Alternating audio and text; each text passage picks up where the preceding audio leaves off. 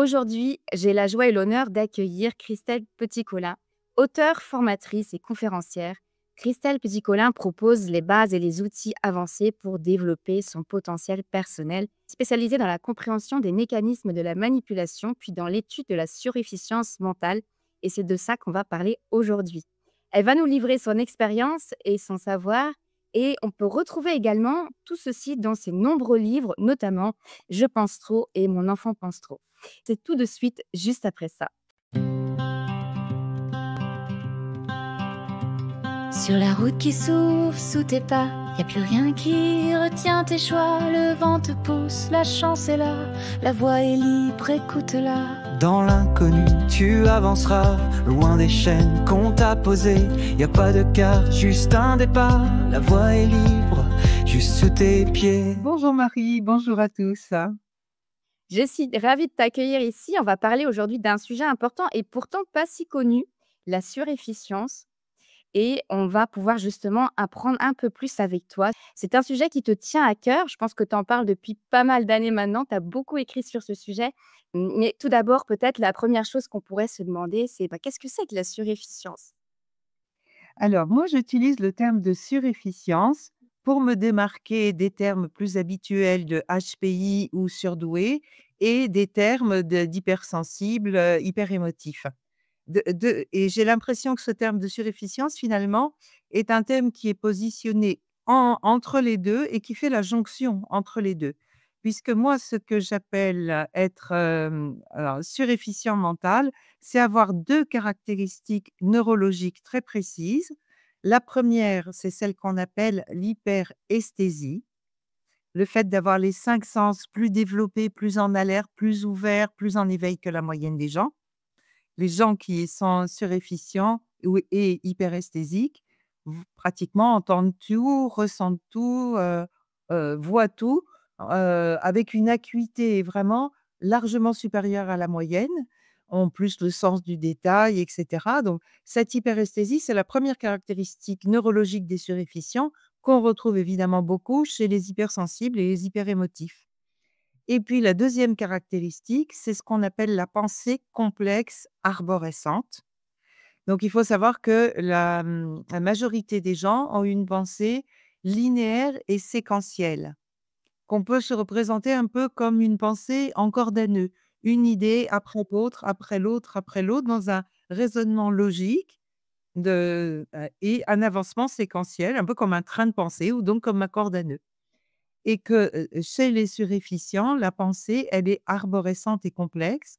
Donc on se la représentait un peu comme une toile d'araignée parce que chaque idée, nouvelle amène 10 nouvelles idées qui amènent 10 nouvelles idées et cetera dans un foisonnement sans fin.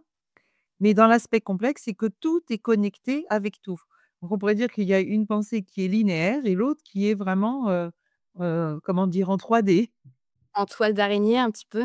Voilà, et donc c'est comme ça que moi j'ai choisi le terme de surefficient mental parce que pour moi, la surdouance s'intéresse plutôt à l'intelligence ou aux capacités cognitives. L'hypersensibilité s'intéresse plutôt, justement à l'hypersensibilité et à l'émotivité, et finalement la surefficience, moi je m'intéresse à ce qui est neurologique en fait. Donc on pourrait aussi utiliser le terme de neurodivergent ou de neuroatypique. Mmh. Dans le livre «Je pense trop», tu évoques la métaphore de la Formule 1 en fait. C'est un peu comme quelqu'un qui serait très, très équipé, notamment par ses sens, par le fait qu'il capte beaucoup de choses, mais que finalement il sait pas forcément, bien s'en servir de tous ces outils-là. Oui. Alors je sais que la notion cerveau droit, cerveau gauche est controversée actuellement. Pourtant, au niveau métaphorique, elle est toujours aussi valide. Un cerveau très rationnel, un cerveau, plus émotionnel et créatif, et on s'est quand même aperçu que dans l'hémisphère droit, ça va plus vite. L'influx nerveux va plus vite, et quand en plus il part en arborescence et cetera, c'est un foisonnement d'idées qui arrive, donc oui, ça va vite comme une Ferrari, et 2, c'est hyper puissant puisque la recherche d'informations est démultipliée par le côté complexe arborescent. Seulement, quand on a un cerveau aussi rapide et aussi complexe, si on ne sait pas le maîtriser, effectivement, on peut aller dans le mur avec. et surtout dans la vie quotidienne, il y a beaucoup plus de départementales que d'autoroutes ou de circuits pour Formule 1. Donc il faut faire attention aussi à la façon dont on pilote ce cerveau quand on est sur une départementale. Mmh. Et quels sont les problèmes récurrents rencontrés justement puisqu'on ne sait pas vraiment, forcément s'adapter justement aux routes départementales là dont on parlait tout de suite? Quels sont ces problèmes majeurs et ces, Alors heu le 1er problème que moi je vois et qui est pour moi le plus dramatique, c'est la méconnaissance de cette différence. Aussi bien chez les neurotypiques, hein, donc ceux qui ont le fonctionnement neurologique habituel, que chez les suréfficients qui ont cette façon de penser. C'est encore très, très mal connu, et donc les gens qui sont câblés comme ça, arborescents, hypersensibles et cetera, se font reprocher ce qu'ils sont en permanence. Tu es trop sensible, tu poses trop de questions, tu compliques tout, tu penses trop et cetera. Donc tant qu'on n'a pas compris ce qu'est la surefficience mentale, les gens se disent: «J'ai un problème, mais lequel?» Et comme l'entourage dit: «Mais n'y pense plus, mais simplifie-toi la vie» et cetera, on reste au niveau du comportemental, alors qu'en fait le problème est structurel. Donc par exemple, les gens qui ont lu «Je pense trop», le premier soulagement qu'ils ont eu, c'est de se dire: «Ouf, je suis pas fou, je suis pas seul». Et finalement quand on m'explique ce que je suis, ça n'est plus un problème. Et donc pour moi, c'est le la plus grosse souffrance des suréfficients, c'est le fait de se sentir incompris et rejetés dans ce qu'ils sont, où on croit qu'ils le font exprès d'être comme ça. Et je pense que plus on prendra le temps d'expliquer aux gens qui sont donc, neuroatypiques, qu'ils sont neuroatypiques et en quoi ça consiste, plus ils pourront s'approprier leurs différences, mieux ils la vivront. Ça, c'est vraiment la priorité des priorités. Donc c'est pour ça que je suis très contente qu'on parle de tout ça ce soir, parce que, il faut informer, informer, informer sur ce sujet, beaucoup. Oui. Après voilà, c'est tout le problème de ces gens-là. Personne leur a dit justement, que oui, quand on est hyperesthésique, ben oui, on supporte moins bien le bruit, la lumière, le mouvement, le brouhaha. On trouve que c'est trop salé, on trouve que les pulls grattent. C'est normal quand on est hyperesthésique. Mais on dit: «Oh là là, qu'est-ce que tu es chochotte, oh là là, mais tu fais des histoires pour rien, oh là là, mais qu'est-ce que tu es sensible», et on continue à lui renvoyer ce qu'elle est à la personne comme étant un problème, et un problème toujours au niveau du comportement. Elle fait des histoires, elle fait des manières, elle fait des caprices. Mmh. Et en fait, est-ce qu'il y a moyen de repérer, s'il y a des tests ou est-ce qu'il y a des choses qu'on peut, passer pour justement valider, mis à part les comportements peut-être qu'on aurait, en commun, où on se reconnaîtrait dans une description, est-ce qu'il y a des tests pour ça? Alors, c'est tout le problème, c'est que les tests dont on dispose, ce sont les fameux tests de QI qui permettent de mesurer donc le QI et de se faire diagnostiquer HPI, donc haut potentiel intellectuel ou surdoué. Or, le problème, c'est que ces tests sont délibérément étalonnés pour ne concerner que 2 de la population, et moi, je situe le nombre de suréfficients à 12-15. Petite parenthèse, j'ai revu mes chiffres à la baisse depuis que j'ai écrit «Je pense trop». J'allais jusqu'à 30, mais je pense que non. Si c'est 15 de la population, c'est maximum. Mais les gens qui passent les tests de QI, quand ils sont hyper émotifs, le simple fait qu'on branche un chronomètre, ça les tétanise. Mmh. En plus, ils ont souvent tellement peur de se découvrir stupides qu'ils se sabotent eux-mêmes quand ils passent les tests.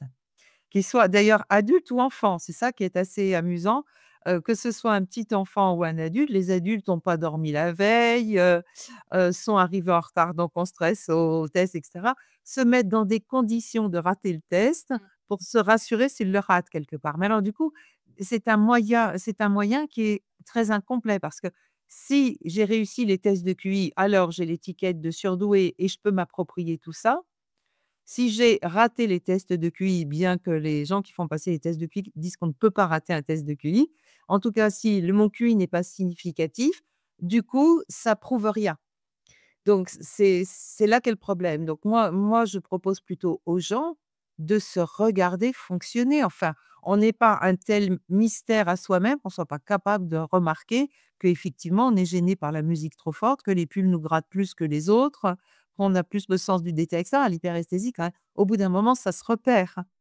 Et de la même façon, on voit bien comment on organise ses pensées, dans sa tête, hein. Surtout quand on a l'impression qu'elles sont pas organisées du tout, Oui, c'est c'est bien ça. qu'on fait partie de ces gens qui se sont perdus dans leur toile d'araignée. Donc moi, je suis une fervente de l'autodiagnostic, hein, Mmh. parce qu'on s'en fiche d'avoir une étiquette. Ce qui est important, c'est de comprendre son fonctionnement et d'en faire bon usage, et que les gens nous disent à côté, «Mais qui es-tu pour t'autoriser à te t'étiqueter, sur efficient?» Mais on s'en fiche, c'est qu'un fonctionnement. C'est un peu comme si on disait, «Mais qui es-tu, pour, t'étiqueter, ayant les cheveux blonds?» Bah, oui, je regarde dans la glace, quoi. C'est ça. Et d'ailleurs, à propos de ce mental, est-ce qu'on peut le discipliner, ce mental-là, quand on a toutes ces pensées-là qui vont dans tous les sens? Est-ce que c'est Alors possible de discipliner? oui, absolument, on peut le discipliner complètement, mais alors paradoxalement, on va beaucoup mieux le discipliner en le remplissant. Je vous explique. Pour moi, la pensée complexe a besoin de complexité, et la vie quotidienne n'apporte pas à la pensée complexe le niveau de complexité dont elle a besoin pour être opérationnelle. D'accord? Donc je dis souvent, en fait, le cerveau des surefficients, c'est comme un moulin qui mouline. D'accord? Et donc quand il mouline à vide, la personne s'ennuie, déprime, broie du noir. Quand on commence à mettre des bonnes données dans le moulin, alors et qu'on commence à moudre vraiment du bon grain, alors là, du coup, le cerveau se réveille et il est en état d'alerte, et après il vole sur les données, il s'éclate et cetera, et la personne, du coup, commence à se sentir paradoxalement beaucoup mieux. Donc la première chose que j'ai envie de dire aux gens qui nous écoutent, c'est si vous vous reconnaissez dans cette description, donnez du bon grain à moudre à votre cerveau. Un cerveau complexe a besoin de complexité, a besoin d'apprentissage, a besoin de défis, et dès que vous allez lui donner son content de défis, de complexité et de données à broyer, vous allez le voir se réveiller et frétiller comme un gardon, tout frais, tout content de donner le meilleur de lui-même. Donc paradoxalement, pour bien ranger sa tête, il faut déjà la remplir. Mmh. C'est la première chose. Ensuite, effectivement, il faut apprendre à se regarder penser. C'est quelque chose que je fais quasi systématiquement en coaching avec des suréfficients. Ils s'arrêtent brusquement, ils me disent: «Pourquoi je vous parle de ça?» Et moi, c'est moi qui reprends le fil. Je dis: «Bah, écoutez, vous étiez parti pour me parler de ça, du coup, vous m'avez parlé de ça, ensuite vous avez enchaîné à et c'est comme ça que vous êtes arrivé à là». Ah, ils me disent: «Ah oui, oui, oui, oui, alors revenons à ce que je vous disais». Donc apprendre à se regarder, se promener, je ne vais pas dire se perdre, mais se promener dans ces arborescences et prendre l'habitude à tout moment de faire pause et dire: «Pourquoi je pense à ça?» Et de remonter le fil. Alors, je pense à ça, parce que juste avant, j'ai pensé à ça. Pourquoi j'ai pensé à ça? Et hop, et on remonte le fil et on voit de quelle façon on a cheminé dans sa propre tête. Ensuite, donc il faut complexifier les données pour rester concentré. C'est tout le paradoxe. Plus le cerveau est occupé, plus il peut rester concentré. J'aime beaucoup l'image du professeur Tournesol dans Tintin. Le professeur Tournesol, quand il est dans ses calculs, il est extrêmement efficace. Il fabrique des trucs incroyables, hein, comme son sous-marin en forme de requin, et cetera. C'est un vrai scientifique. Mais dans la vie de tous les jours, il est complètement à l'ouest, hein. C'est quelqu'un qui est paumé, qui et cetera. Eh bien, pour la plupart des suréfficients mentaux, on n'en est pas au point du professeur Tournesol, mais c'est un peu ça. Quand le cerveau n'est pas sollicité, la personne, elle est rêveuse, elle est distraite, elle mémorise rien, elle se retrouve dans la cuisine avec une cuillère à la main en disant: «J'allais faire quelque chose, mais quoi?» Et il lui faut un moment pour dire: «Ah oui, je venais chercher la confiture». Et Mmh. alors que dès que son cerveau est sollicité au niveau de complexité qui est le sien, là, pouf, tout se réveille et là, elle est opérationnelle. Donc il faut vraiment rajouter de la complexité. Par exemple, pour les enfants suréfficients, moi, je recommande qu'ils fassent leurs devoirs en écoutant de la musique ou en faisant cochon pendu, ou des galipettes sur leur lit. Le fait de faire plusieurs choses en même temps les aide à rester concentrés. D'ailleurs, je crois qu'on a commencé à proposer dans les écoles des vélos pour que les hyperactifs puissent pédaler sous le pupitre, histoire de faire autre chose aussi. hein, donc ce même besoin de complexité de faire plusieurs choses pour être opérationnel. Donc écouter de la musique, laisser un fond sonore, de la télévision ou faites 2 choses en même temps. Ça fera du bien à votre cerveau. Il y en a peut-être parmi nous qui se reconnaissent dans ces descriptions-là. En tout cas, moi, ça me parle beaucoup, la cuillère dans la cuisine, en se demandant qu'est-ce qu'on faisait. Mais il y a quand même un petit souci par rapport à ça, c'est quand on est justement avec des personnes qui réfléchissent pas comme nous, c'est compliqué, hein. Il y a un espèce de décalage qui se crée et moi, par exemple, ça m'arrive des fois qu'on me dise: «Mais tu voulais en arriver où là, avec tous ces détours-là?» Donc comment est-ce qu'on fait, par rapport à ce décalage-là? Parce que je pense que même au niveau de la vie professionnelle, ça peut être un inconvénient, un handicap peut-être presque même. Alors ça peut être très handicapant, oui, parce que quand on se noie dans les détails et les digressions non parce que d'abord il faut que je vous dise non, non, mais je vous en parle parce qu'en fait et alors la personne ouvre des fenêtres, ouvre des fenêtres, ouvre des fenêtres et effectivement au bout d'un moment, on voit son interlocuteur s'impatienter et dire: «Où voulez-vous en venir?» C'est ça. Donc en fait, cette question peut devenir votre leitmotiv. Où est-ce que je veux en venir? Est-ce que c'est et donc il faut effectivement se gendarmer pour s'empêcher d'aller se promener dans ces arborescences et rester focus sur ce qu'on veut faire. Moi, il y a un outil que je trouve vraiment particulièrement aidant pour les surefficients, c'est ce qu'on appelle les mind maps ou les cartes mentales, ou l'étoile de créativité, je sais pas, il y a plein de noms.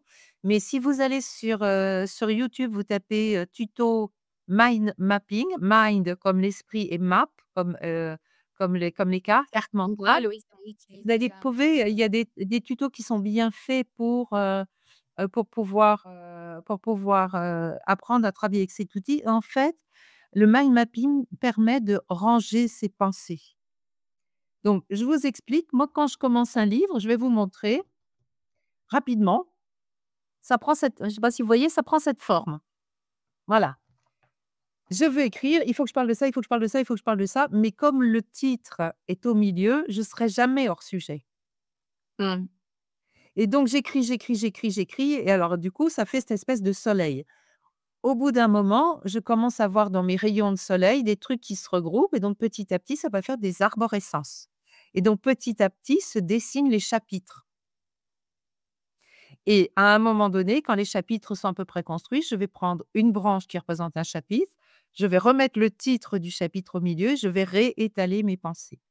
Et il faudrait faire ça tout le temps et plus vous êtes habitué à le faire par écrit, plus ensuite, ça vous devient naturel de le faire à l'oral aussi. Donc beaucoup, beaucoup utiliser le mind mapping pour ranger ses idées. Alors, petite précision pour ceux qui voudraient aller voir sur YouTube ou sur internet, les mind maps que vous allez voir risquent de vous sembler moches, touffus, incompréhensibles, parce que ça n'est pas votre cerveau, tout simplement. C'est une organisation mentale et très personnelle. Ou alors il y en a d'autres, ça va vous paraître justement avec les bulles, les satellites et cetera, trop académiques. Et chacun a son style de mind map et mes mind maps ne parlent qu'à moi-même, puisque c'est mon cerveau dans lequel je trie. Mais, donc ne vous laissez pas intimider parce que vous allez découvrir sur internet, c'est juste l'intérieur du cerveau d'un suréfficient. Mmh. On adapte sa mind map. Mais, Voilà.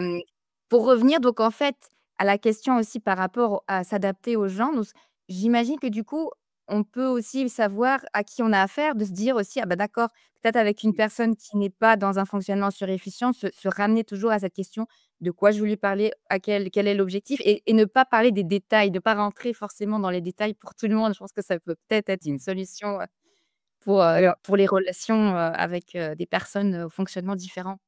Absolument. Alors ça se voit très vite quand même, hein. Je suis en train de discuter avec quelqu'un, je fais une remarque. Si c'est quelqu'un qui est suréfficient et que ma remarque est en dehors de la corde à nœuds, elle va rebondir et on va rebondir ensemble d'une idée à l'autre, revenir, «Ça va, vous me suivez toujours? Oui, oui, oui, oui, ça va, on se Mmh. débrouille». Si c'est une personne, neurotypique, quand je vais faire ma remarque, elle va s'arrêter sur sa corde à nœuds, poliment. Elle va attendre que j'ai fini ma digression et dès que j'ai fini, elle repartira exactement comme si j'avais rien dit.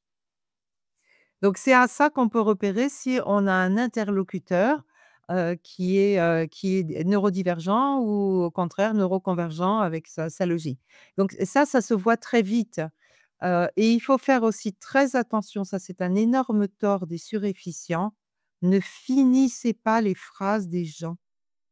Laissez-les aller. Quand quelqu'un est en train de vous expliquer quelque chose avec sa corde à nœud, souvent vous avez fait en 3 bonds, vous êtes à l'autre bout et vous avez compris où il voulait aller et c'est hyper blessant pour les gens et surtout ils ont l'impression que vous voulez aller vite et que vous avez rien écouté.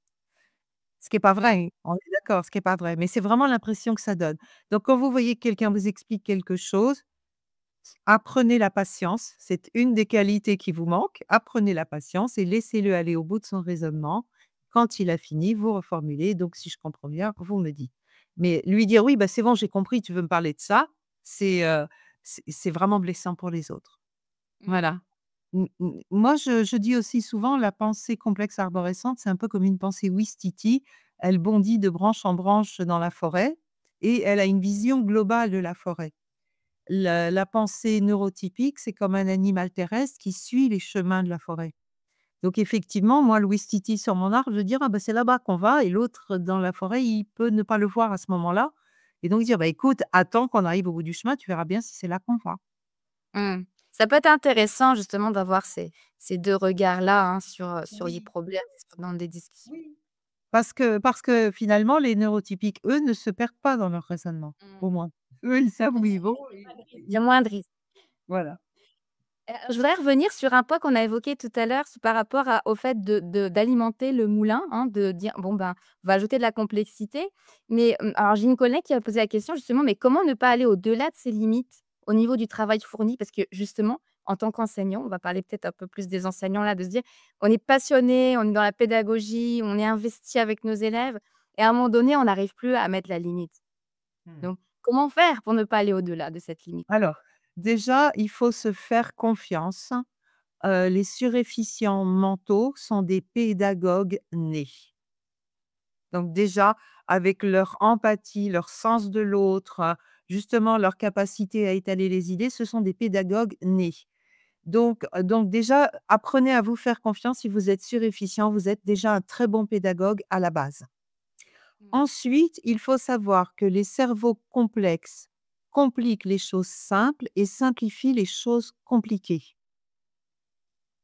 Donc c'est extraordinaire quand on est enseignant, puisque les matières qu'on enseigne, elles sont souvent complexes et que justement entre ce côté très pédagogue et cette capacité à simplifier le compliqué, on va pouvoir vraiment mettre les choses à la portée de nos élèves. Donc ça, c'est vraiment faites-vous confiance pour ça. Les suréfficients sont vraiment très, très doués pour simplifier les choses complexes. Et après, justement, avec le mind mapping, ça permet de ne pas partir hors sujet, de rester bien centré sur ce qu'on a. Et après, effectivement, il faut se mettre à la portée de ses étudiants.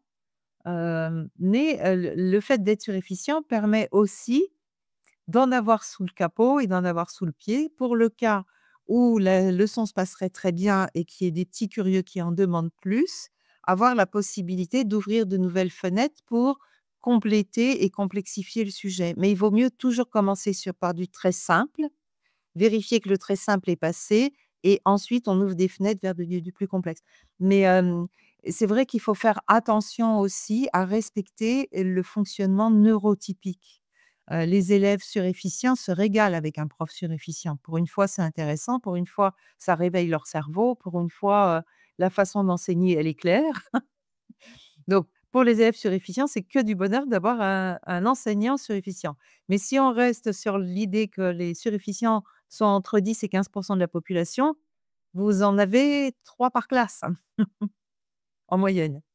Hein, sur une classe de 30 élèves, s'il y a 3 élèves surefficients, donc il faut aussi, une fois qu'on a bien éclairci son sujet, faire en sorte qu'il puisse, être accessible à un cerveau linéaire.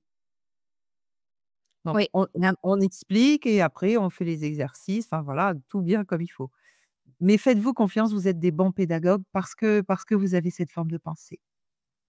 Et justement, quand on est trop passionné par ce métier, c'est là aussi je voulais amener, c'est que Qu'est-ce q et c'est un peu difficile de se mettre des limites parce qu'on veut toujours aller chercher plus de choses pour son cours. On veut changer son cours d'une année sur l'autre. On veut ajouter, ajouter, ajouter.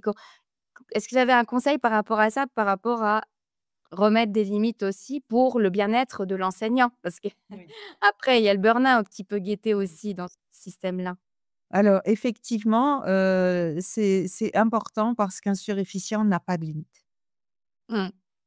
Un surefficient n'a pas de limite, et donc il est obligé de se les fixer lui-même de manière artificielle. Et donc moi, je donne certains conseils, par exemple, de se dire si je devais coacher moi, un jeune prof, Ouais. parce que pour moi, je vais être une auto-esclavagiste, hein, ça sera jamais assez bien, il en Mmh. faudra toujours plus et cetera. Si je devais coacher un jeune prof, à quel moment je lui dirais: «C'est bon, ton cours tient la route»? Mmh. Ça, c'est une 1re approche, hein. Se Mettre à dis déterminer voilà, parce que autant c'est des auto-esclavagistes, autant c'est être bienveillant justement avec les jeunes recrues. Donc si j'avais un jeune prof à mes côtés, à quel moment je lui dirais que son cours, il est OK et que c'est bon, il peut le laisser comme ça? La deuxième chose, c'est au niveau temporaire. Il faut se fixer des limites de temps.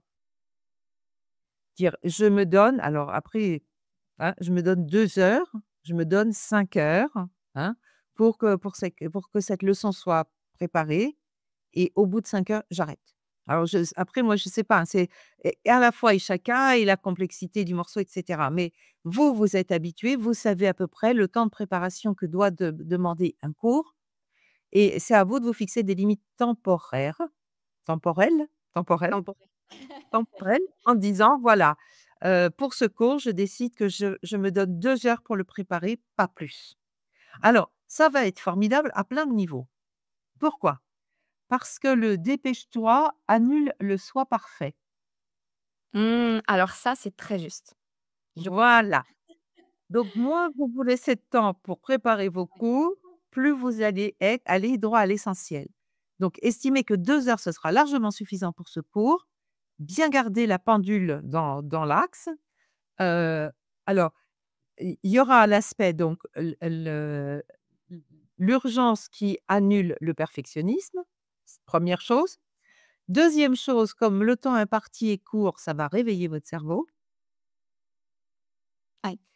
J'ai eu des cas comme ça dans ma clientèle notamment d'un jeune homme, qui était en perdition au lycée et qui, a décidé 3 mois avant le bac de se faire tout le programme. Et comme on avait réussi en coaching tous les 2 à transformer ça en défi, son cerveau était surexcité, il a eu le bac. Donc Mmh. voilà, le défi de se dire: «Je dois arriver à faire, comme ça». Et puis, il y a un moment donné aussi, il faut vraiment faire face au fait qu'il y a une vie en dehors de l'enseignement, qu'il y a plein d'autres choses qui m'intéressent et qu'il faut que je donne une part égale à mon travail et à mes activités annexes, ma famille, mes amis, ma culture, mon envie peut-être de faire d'un instrument de musique ou autre et que dans cette espèce de version sacrifice, bah, j'oublie de vivre tout simplement. Et c'est Voilà vrai que quelques pistes, hein. c'est vrai qu'on peut se réveiller après plusieurs années de carrière et de se dire, «Bah, finalement, j'ai tout consacré à ce métier». Bah, c'est beaucoup les conversations qu'on a, avec les enseignants de la reconversion enseignante, c'est de se dire: «Ben, finalement, j'ai tellement consacré d'énergie, de temps». Alors ça m'a passionnée et ça me passionne toujours, c'est ça le problème. Donc peut-être aussi cette idée d'avoir un projet en parallèle, ça peut être une bonne chose finalement parce que réorienter l'attention sur quelque chose d'autre, en parallèle, ça peut stimuler le cerveau sur autre chose et peut-être désinvestir un peu sur la partie, classe qui, Alors, peut prendre ça, ce que la ce que tu dis est très important parce que ça rejoint ce que je disais sur le moulin qui a besoin d'avoir du grain à moudre. Il peut aussi surinvestir le travail parce qu'il n'a pas de grain à moudre à côté. Donc ouais. rééquilibrer les choses en disant: «Je vais apprendre à jouer d'un instrument ou je vais apprendre une langue étrangère ou je vais, satisfaire ma passion pour l'égyptologie» ou peu importe, ça nourrit suffisamment le cerveau pour qu'il soit paisible quand il se met à préparer ses cours au lieu de dire: «Enfin, là, j'ai de quoi m'occuper, l'esprit». Mmh. Et pour rebondir sur ce qu'on disait tout à l'heure, l'idée hem, de dépêche-toi, le dépêche-toi, qui Qui annule le annule choix qui parfait. annule le choix parfait. Ouais. Il y a quand même un risque avec ça, c'est qu'on compresse tellement le temps qu'à un moment donné, on s'épuise aussi dans un système où on attend la dernière minute. C'est ce qu'on ouais, la procrastination. On attend la dernière minute parce que, bah, c'est comme ça qu'on va être stimulé et qu'on va passer à l'action. Comment faire avec ça? C'est compliqué ça. Alors, il faut vérifier si c'est aidant ou limitant. Mmh. Heu, est-ce que alors moi je l'utilise par exemple, j'utilise la deadline de remise de manuscrit. Donc quand j'écris un livre, j'utilise la deadline de manuscrit de remise de manuscrit pour sentir monter la pression et à un moment donné, je suis en panique et là, le livre, il se termine, hein. Mais il faut que j'aille jusqu'à la panique pour que le livre se termine. Et donc au milieu de cette panique, il y a quand même une petite voix dans ma tête qui dit: «Christelle, as-tu déjà rendu un manuscrit en retard, ne serait-ce que d'une semaine? Non. Donc fais-toi confiance». Et donc c'est ça la question à se poser. Est-ce que ma façon de procrastiner, est plus aidante, que limitante? Est-ce que je me suis déjà mis, moi, dans une panade noire pour avoir fait les choses trop tard? En général, non. Alors après, c'est le degré de pression, mais moi, il faut que j'aille jusqu'à la panique pour finir un manuscrit. Mmh. Ouais Bon, et voir comment préserver sa santé aussi là-dedans, quoi, du coup. voilà, c'est ça. Jusqu'à quel point et puis après, bah, je donne aussi ces conseils-là plus dans mon livre «Je pense mieux que dans Je pense trop». Il faut apprendre à dégonfler l'importance des choses. Les surefficients étant hyper émotifs, donnent trop d'importance à tout Ouais. et je l'explique de la façon suivante: si je veux rester debout dans une pièce, j'ai juste à laisser faire la gravité et à rester bien centré au milieu de ma base de sustentation. En gros, hein, laisser mes fesses entre mes 2 pieds et je tiens debout toute seule avec l'attraction terrestre. Si je veux tenir debout au bord d'une falaise, je mets les orteils juste au bord de la falaise, ça va devenir beaucoup plus compliqué parce qu'il va y avoir l'attraction du vide, la tension de résister au vide et cetera et là, de tenir debout va devenir beaucoup plus compliqué. Eh bien, je dis des surefficients que mentalement, ils sont tout le temps en train d'aller se mettre au bord de la falaise parce qu'ils donnent trop d'importance à tout. Donc c'est là où il faut apprendre à revenir dans la pièce en disant: «Ça n'est qu'un cours», on relativise, ça, voilà, ce sont des élèves de tel niveau. Je suis pas en train de passer l'agrégation, je suis en train d'enseigner à des élèves de tel niveau et cetera, et s'appuyer aussi sur ses réussites. C'est ce que ne savent pas faire les surefficients. Quand je suis obligée de me gendarmer, de me dire: «Est-ce que tu as déjà rendu un manuscrit de livre en retard?» et que je me dis: «Non», je dis: «Rappelle-moi combien tu as écrit de livres?» Ben 10 là, j'en suis au 17e. Bon, voilà. Et bien de la même façon, combien de cours as-tu foiré? Hein? Et tu en as préparé combien? Donc fais-toi davantage confiance. Mmh. Je vois une question qui est peut-être un petit peu reliée ici de l'histoire de la motivation. Comment, se mettre des défis? Comment se motiver? Là, c'est Alors l'exemple de la correction à copie, mais j'imagine pour tout, pour son projet de reconversion ou pour sa classe ou pour voilà, vous prenez le projet qui vous tient à cœur. alors, les suréfficients mentaux ont un besoin quasi maladif de sens. Ils ne peuvent rien faire qui n'ait pas de sens. Et puis pas un petit sens, gagner sa vie, aller bosser, c'est un sens, Mmh. voilà, hein, métaphysique. Donc Mission. voilà, une mission de vie, et donc dans ce cas-là, tout aussi si je suis connectée au sens, tout devient fluide et facile, tout devient fluide et facile. Donc pourquoi je suis enseignant? Qu'est-ce que j'aime dans mon métier d'enseignant? C'est quoi le sens de ce travail-là? Et il faut arriver à se connecter à ces valeurs. Alors je vous en donne une qui est vachement facile parce que c'est une valeur noyau chez tous les suréfficients mentaux, c'est le partage d'informations. Tous les suréfficients mentaux ont un besoin maladif de partager l'information. Alors, C'est ense pas enseignant forcément ceux qui veulent. Voilà, il y a des fois aussi, on embête un peu tout le monde. Il y a des gens qui ont pas envie de savoir et cetera, donc il faut aussi qu'on apprenne à se taire, ça, c'est encore une autre histoire. Mais en tout cas, l'enseignement, ça peut être, relié au moins à cette valeur-là, le partage d'informations. Je sais des choses, je sais les expliquer, donc je peux les transmettre. Donc ça, c'est le premier niveau, le partage d'informations. Le deuxième niveau, alors ça, je vais le dire, parce que c'est important. Moi, donc je suis psychothérapeute, je fais beaucoup de coaching, du coaching de jeunes et des coaching de moins jeunes et j'ai quand même très régulièrement dans ma clientèle, des gens qui ont cru en eux parce qu'un enseignant a cru en eux. Voilà et donc au niveau du sens aussi, il y a ça. C'est-à-dire que le métier d'enseignant, c'est effectivement de nourrir et de transmettre de l'information et cetera, mais c'est aussi d'aider les enfants à avoir confiance en eux et moi j'appelle ça, protéger la petite flamme. C'est-à-dire quand eux, ils sont dans une tempête, familiale avec des parents toxiques ou des ennuis par-dessus la tête et cetera, ou qu'eux-mêmes se croient bêtes, se croient nuls, sont en échec ou autre, heu, qu'il y ait un enseignant qui croit en eux et qui leur dise, «Moi, tu me la feras pas, je sais que tu es quelqu'un de bien, de chouette et tu as tout ce qu'il faut en toi pour réussir ta vie. On en reparle dans 10 ans ou dans 20 ans». Hem, c'est énorme. Vous rendez pas compte, les enseignants. Alors moi, je peux en profiter pour passer justement à ça. Je pense qu'elles sont décédées aujourd'hui, mais l'année de ma troisième, j'ai eu une prof de français et une prof d'anglais dont je peux dire aujourd'hui qu'elles m'ont sauvé la vie.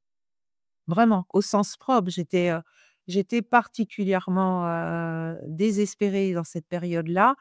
Il y en a une qui l'a fait, par l'humour et l'autre qui l'a fait vraiment avec de la tendresse et moi je suis sensible à ces 2 mécanismes et je leur dois énormément à ces 2 enseignantes. Donc voilà, comment donner du sens, et puis après alors, je voudrais aussi, vous dire toute mon admiration parce que, heu, l'éducation nationale est quand même une institution extrêmement violente et encore plus violente pour les hypersensibles, et les gens qui veulent bien faire et tout donc vous êtes dans des conditions, extrêmement difficiles avec une mission extrêmement noble.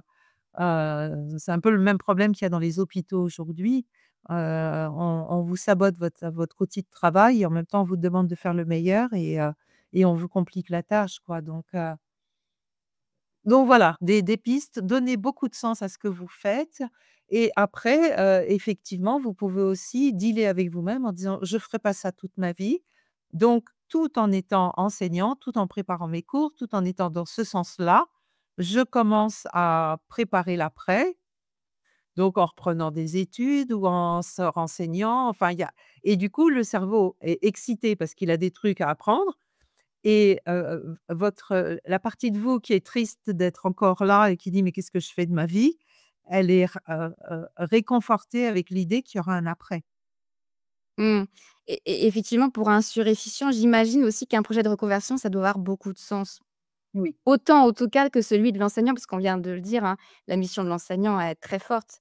oui. Donc ça demande peut-être ça peut orienter justement les personnes qui se reconnaîtraient là dans ce qu'on est en train de dire aujourd'hui, de se dire: «Bah tiens, pour un projet de reconversion, peut-être aller vers quelque chose qui porte la valeur, enfin du sens en tout cas, Mmh. qui a une mission, qui a quelque chose qui me parle énormément au niveau des valeurs». Alors le sens, c'est, je l'explique dans mon livre, «Je pense mieux», la suite de «Je pense trop». Le sens, c'est ce qui me permet de me connecter à ma zone de génie. Dans cette zone où je sais que c'est la zone où je vais donner le meilleur de moi-même. Et ma zone de génie, bah, ça peut être l'écriture, ça peut être la musique, ça peut être, le sens de l'organisation, peu importe, hein. Le Une mission de vie, c'est pas forcément, partir, au fin fond du Sahel, creuser des puits. Une mission de vie, ça peut être, de jouer du violon de la plus belle des façons pour, procurer, des émotions apaisantes à tous ceux qui sont venus l'écouter, quoi. Et c'est une Mmh. mission de vie, c'est beaucoup plus simple que ce qu'on croit. Mais ça peut être, ma mission de vie, ce sera de nettoyer les océans et même si je le fais, avec mon sac plastique et mes gants Mappa, je nettoierai l'océan. Ça peut être très, très très très modeste une mission de vie. Mais quand je suis connectée vraiment à mes valeurs et à ma zone de génie, de là où je sais que je donnerai le meilleur de moi-même, alors dans ce cas-là, mon énergie, elle est décuplée. Et au niveau pour trouver sa zone de génie, est-ce qu'il y a une façon de procéder? Alors, Je sais que c'est une question qui revient de se dire, parce que j'entends énormément moi de mon côté, les membres de mon groupe qui disent, «Je ne sais rien faire d'autre qu'enseigner, je ne sais pas quelles sont mes compétences, voilà, non». Cette zone de génie, comment est-ce qu'on la trouve? alors, pour trouver sa zone de génie, il faut arriver à dealer avec son tyran intérieur qui nous attend à l'entrée avec une batte de baseball en disant: «Pour qui tu te prends?» C'est le plus gros problème de notre zone de génie, c'est qu'elle est gardée par notre tyran intérieur. «Mais comment tu te la pètes? Mais qu'est-ce que tu t'imagines, ma pauvre fille?» et cetera. Non, heu, alors la zone de génie, souvent, elle est connectée à nos rêves d'enfant. Comment je me voyais quand j'étais petit? Qu'est-ce qui m'inspirait? Qu'est-ce qui me faisait vibrer? Qu'est-ce qui me fascinait et cetera? Et donc, pour la petite histoire, moi, à 10 ans, je voulais être écrivain. Mmh. Souvent Alors quand tu es là, plusieurs fois là. alors à cet âge-là, j'aurais jamais pensé écrire des livres de développement personnel. Ça, je savais même pas que le développement personnel existait et j'ai écrit mon premier roman à l'âge de 10 ans qui a fini, dans la cheminée parce qu'il faisait trop rire ma sœur, hein, qui était mon premier lecteur. Elle attendait impatiemment Elle attendait impatiemment les chapitres et elle pleurait de rire en me lisant et à l'époque, je ne savais pas que j'étais drôle. Donc je croyais qu'elle se moquait alors qu'en fait, j'ai découvert après que j'avais pas mal d'humour. Mais elle riait de bon cœur et tout. Elle a été désolée que je mette le roman dans la cheminée. Heu, voilà, je savais pas si Aidé par les émotions, c'est pire.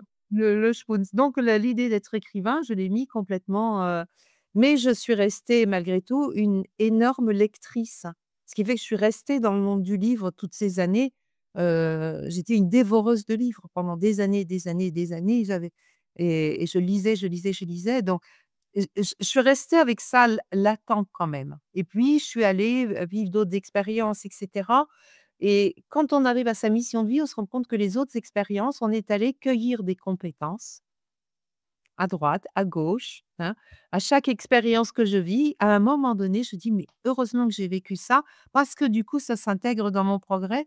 C'est au moment où la mission de vie prend forme, qu'on se rend compte qu'on n'a fait que avancer vers sa mission de vie en allant récupérer toutes les compétences dont on avait besoin. C'est fascinant. C'est Jung qui dit ça, hein, qui dit que c'est dans Relier les points. voilà, Jung dit qu'une fois qu'on se retourne, on se rend compte qu'on n'a fait que poursuivre, la voie qui nous a menés à cet endroit-là. Donc ça, Même si c'était désagréable parfois. c'est oui, voilà et donc se dire: «Tout ce que je vis actuellement, ce sont des compétences que j'amasse qui seront utiles le jour où ma mission de vie se dévoilera à moi». Puis après, bah, il y a un peu le côté, ésotérique, magique, voilà, ce qu'on appelle les synchronicités ou les coups de chance. Donc être ouvert aussi à tout ce qui se passe autour de nous, aux messages alors soit de l'univers, soit de l'entourage, soit de notre âme ou je ne sais pas. Enfin après chacun l'interprète comme il veut. Mais en tout cas de manière extrêmement, heu, pragmatique, on a étudié les gagnants. Qu'est-ce qui fait qu'une personne est en scénario gagnant? Qu'est-ce qui fait qu'une personne est en scénario perdant? Eh bien, le gagnant, il a quand même, le nez au vent, à guetter les opportunités et il les attrape quand elles passent. Mmh. Ça, aussi. Alors que le perdant, il a peur d'y aller ou il se dit: «C'est pas pour moi» ou voilà. Donc, le scénario gagnant, même sans aller jusqu'aux synchronicités et à des choses plus spirituelles, le gagnant de manière pragmatique, est à l'affût des opportunités, sait les saisir. Il fonctionne beaucoup à l'instinct. Mmh. Alors on a encore des questions, je vais essayer de Oui? je vois que le temps qui passe, je vais essayer de faire passer déjà les commentaires ici. Alors il y a une personne, Martine, qui se retrouve complètement dans ce qui est dit. Stéphanie qui demande, hem: «Y a-t-il d'autres liens que la pensée arborescente entre HPI, HPE, hyperesthésique, hypersensible?» Donc le ce qu'on disait là, est-ce qu'il y a des points communs? Est-ce que tout ça, c'est finalement pas un peu la même chose? Alors, là, on va m'emmener sur un terrain qui n'est pas le mien, c'est les neurosciences. Oui. Je sais bien que les notions cerveau droit, cerveau gauche sont controversées actuellement, mais malgré tout, elles sont valides à mon point de vue et donc pour moi, c'est un continuum entre le cerveau droit et le cerveau gauche et tout ça, c'est qu'une question d'équilibre. Plus mon hémisphère droit est dominant, plus je vais vers les signes autistiques et plus ma pensée est complète, c'est mon hyperesthésie intense. Plus je reviens vers la surdouance et plus il y a un équilibre entre les 2 hémisphères. Mais c'est quand même, du HPI pour moi jusqu'à l'autisme, c'est tout la famille des neurodroitiers. C'est mon point de vue quand j'imagine qu'il y a des neuroscientifiques qui vont bondir sur leur chaise en disant: «Mais de quoi elle se mêle celle-là?» Donc hein, je vous rassure tout de suite, je suis illégitime à dire ce que je viens de dire. Oui, c'est l'expérience qui parle. C'est Voilà, l'expérience. non, c'est carrément l'intuition. C'est carrément voilà. Je suis pas toute seule puisqu'il y a quand même au Québec, il y a quand même une association qui milite pour la neurodiversité et qui émet l'hypothèse que ce qu'on appelle l'autisme, c'est cette forme d'intelligence complexe arborescente avec hyperesthésie. Mmh. Ça, c'est pas moi, c'est un groupement, québécois qui va vers ce et moi, c'est ma conviction profonde, hein, c'est ma conviction profonde. Donc pour moi, entre le HPI, l'hypersensible, l'autiste et cetera, c'est juste un degré de dominance d'un hémisphère sur l'autre. Alors, ça peut être controversé quand même, la danseuse, on la voit tourner dans un sens ou dans l'autre. La basket, on la voit bleue et blanc. C'est tous ces tests qu'on voit passer sur Facebook. Une basket, si on la voit rose et blanche, c'est qu'on est cerveau droit. Si on la voit bleue, et gris, c'est qu'on est cerveau ça il y a pas ça fonctionne, hein. Le cheval qui avance, qui recule, la danseuse qui tourne comme dans un sens ou dans l'autre, pour moi, les notions de cerveau droit et de cerveau gauche, elles sont pas si obsolètes que ce qu'on veut bien dire. Voilà, ça répond à la Tout ça, question. ça peut permettre une certaine compréhension du monde et des personnes qui nous entourent. Après, à voir qu'est-ce que l'avenir, enfin, la science nous dira à l'avenir aussi par rapport à ça. Alors ici, on a aussi, cette histoire d'empathie parce qu'on en parlait tout à l'heure, il y a même de l'hyper-empathie, hein, pour, certains stupéfiants et qu'est-ce qu'on fait par rapport à nos élèves là? Parce que c'est vrai que ça sollicite énormément, il y a beaucoup d'affectifs et quand on a des mettre la distance, il y a cette histoire de distance dans les situations difficiles que vivent nos élèves et ne pas souffrir de notre empathie. Alors, c'est pour ça que j'ai quitté l'enseignement.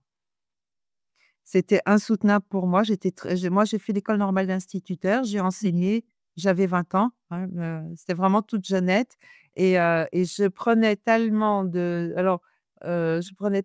plein fouet, la souffrance des enfants que j'ai pas pu tenir. J'ai pas pu tenir. Alors, plusieurs choses, je ne pouvais pas tenir parce que ça venait résonner dans mes propres souffrances d'enfant.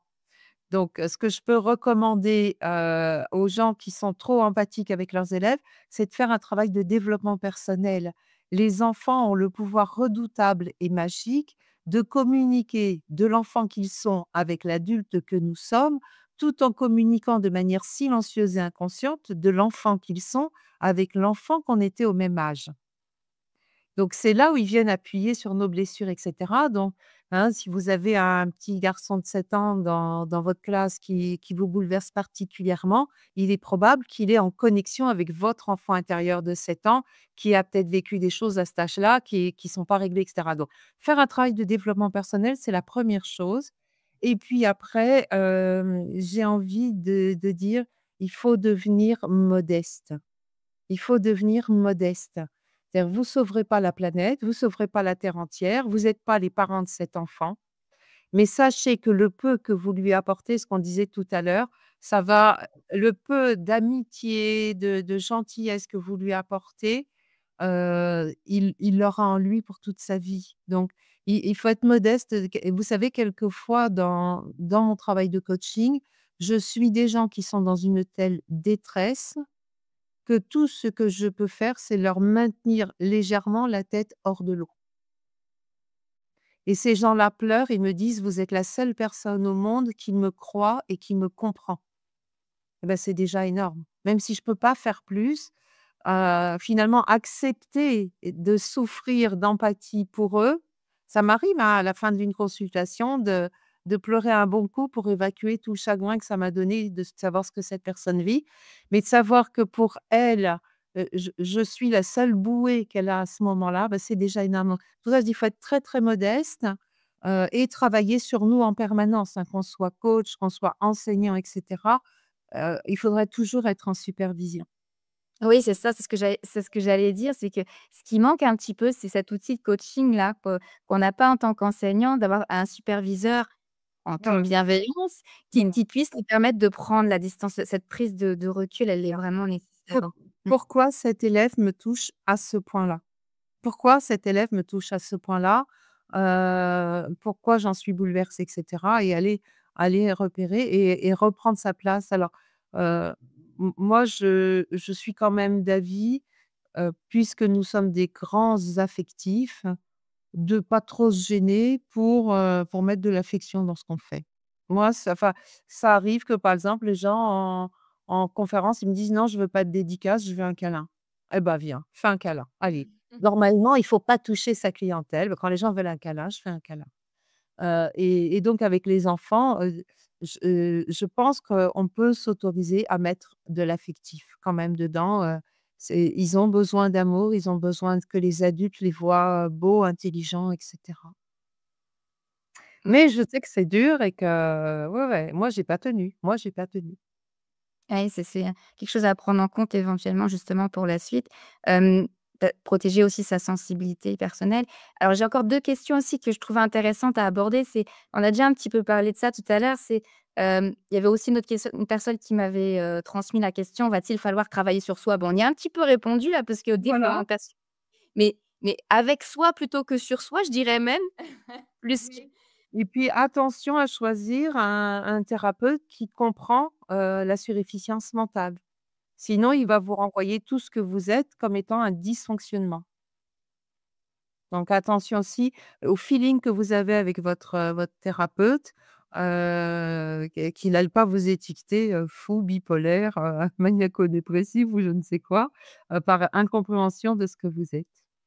Oui, puis sinon, il y a des outils qu'on peut en autodidacte aussi, qu'on peut s'approprier. Il y a énormément de ressources maintenant.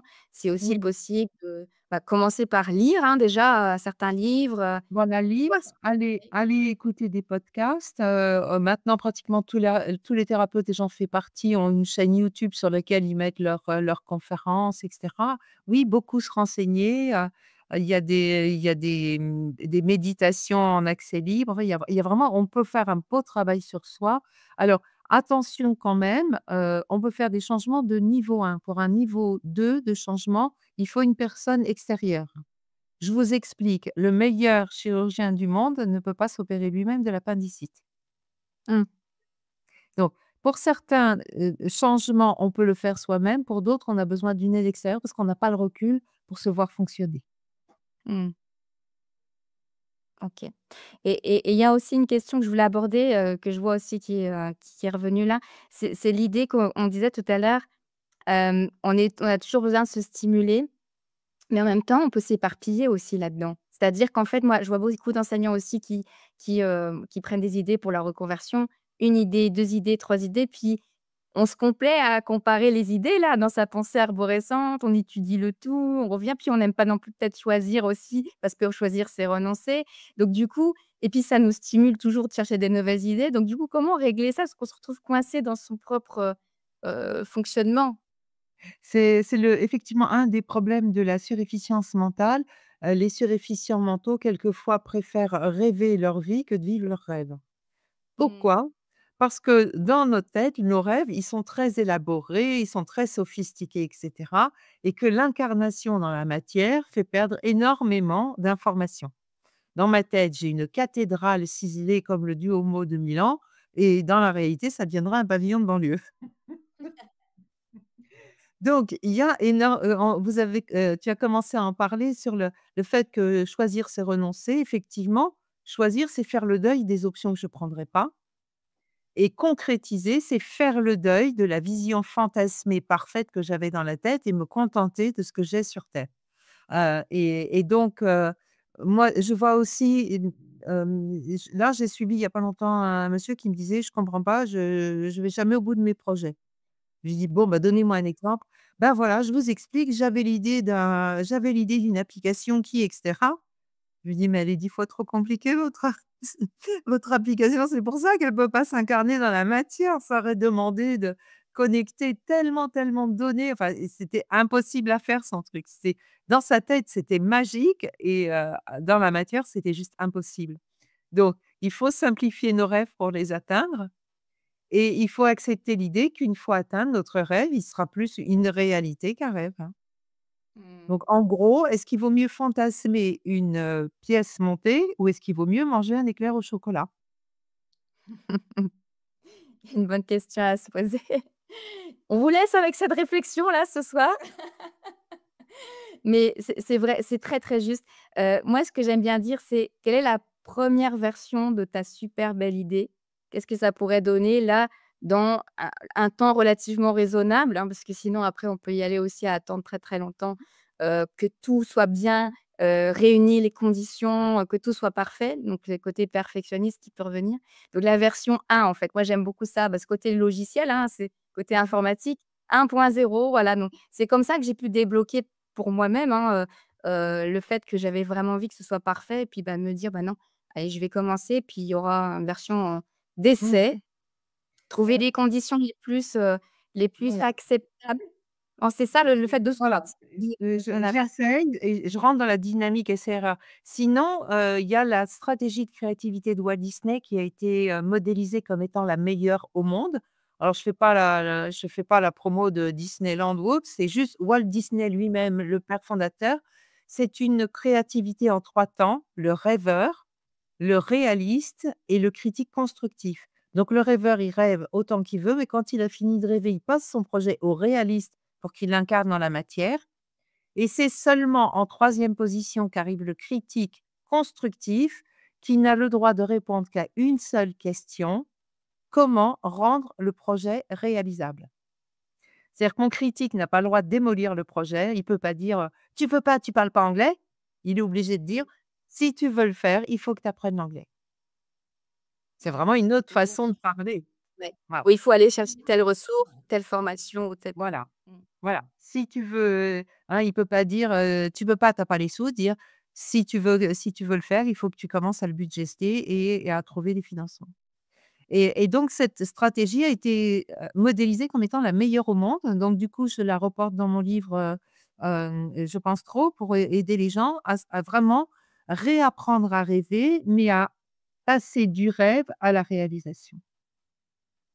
Super, je pense que ça va inspirer pas mal de monde ça, parce que c'est un des blocages, hein, quand on Bien est, sûr. en phase de réflexion, de reconversion. Ah, je sais pas Martine si ça a répondu à ta question, si on a répondu à ta question sur l'autodiscipline, hein. Je pense qu'on a déjà donné quelques éléments. Alors, Hem, pour l'autodiscipline, ouais, il faut se mettre un cadre exactement comme si on était, son propre patron mmh, et non pas un auto-esclavagiste. C'est vraiment un patron, il donne des heures de travail, il donne des heures de repos, il donne des heures de vacances, il donne et on se met des contraintes tout seul. Je ne regarde pas mes mails le dimanche, point, par exemple, hein. Ou, je considère qu'à 19:00, quoi qu'il arrive, j'arrête de travailler. moi, ce que je vous conseille vraiment, c'est d'aller voir, découvrir le site de Christelle qu'on a mis en lien. On a aussi elle a aussi tous ses livres, hein, c'est 17 livres, c'est ça? Non, là, j'en suis au 19e maintenant. 19! Bah, voilà, Je suis en train d'écrire le 20e. Je suis en train d'écrire le 20. le 20e. Donc vous avez de quoi vous renseigner. Il y a aussi pas mal de choses par rapport aux enfants. Ça peut être intéressant aussi d'aller voir, bah, si par exemple on s'est dit que soi-même on est sur-efficient peut-être, bah, comment est-ce que je peux aider des enfants? Ou si je ne le suis pas, est-ce que moi je peux aussi prendre en compte, par exemple mes élèves qui le sont? Ah voilà, vous pouvez aller, approfondir le tout sur les livres, de Christelle Petit-Colin que vous retrouverez sur son site web. En tout cas, grand merci, Christelle de nous avoir apporté ton éclairage, sur cette question. On te souhaite, bonne continuation de livre, sans trop de pression si possible. Juste ce qu'il Pas faut, si possible, juste ce qu'il faut. juste ce qu'il faut, c'est ça, on va retenir ça pour finir. Puis à très bientôt pour une prochaine occasion. C'était un plaisir. Merci et bon courage à tous, hein. Si tu veux aller plus loin et continuer de t'informer sur la reconversion, n'hésite pas à t'abonner à la Gazette de la reconversion enseignante. T'as plus qu'à suivre ton chemin, c'est peut-être ça c'est peut-être rien. La voix